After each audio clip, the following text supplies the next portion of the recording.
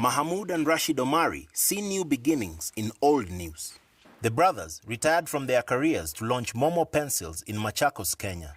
Acting on a suggestion by one of their business partners, CEO Mahamud says the company began transforming recycled newspapers into eco-friendly pencils. My partner came up with the idea and said that one of my co-founders said, you know, we can make pencils from newspapers. And it was a novel idea at that time. And we said, okay, I didn't know it was possible, but after we did our research and everything, we realized it's possible.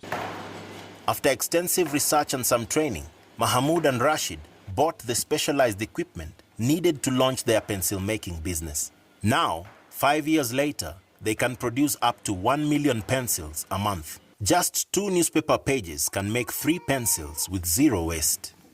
The process begins as soon as the newspapers arrive.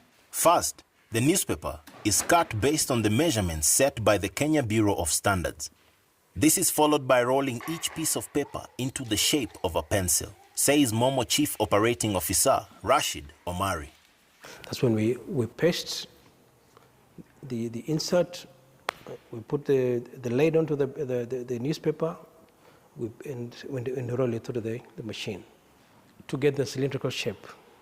Next, the pencils are laid out to dry in the sun. After drying, they are polished with sandpaper, followed by edge cutting. A finishing film is then applied. Rashid says the pencils are then ready for the last stages of production. Once we've done that, we go to the next, where we take it to the shrinking machine. Shrinking machine is where you bind the film onto the pencil. From there, we take it for sharpening. Sharpening, and then the last stage is packing. Momo Pencils employs about 50 people and attracts most of its customers through its official website. Mahamud says many customers are intrigued by how the recycled newspaper pencils differ from the traditional wooden pencils. The difference is when you look at the aspect of the innovation, which is recycling, and we are using newspapers instead of wood. Number 2, if you look at the quality, it's long-lasting and durable. And number 3 is a product made in Kenya.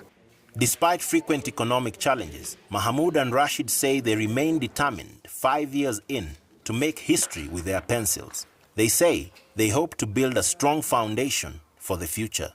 Patrick Wanjohi, VOA Africa, Nairobi, Kenya.